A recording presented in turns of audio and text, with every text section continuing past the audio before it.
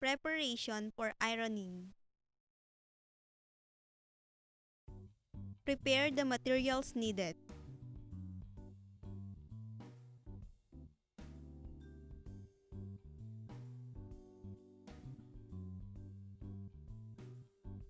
Set up the ironing board.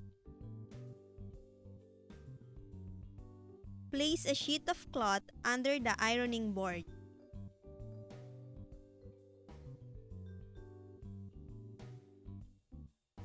Clean the surface of the ironing board. Consult the care label of the cloth. Set the appropriate ironing temperature.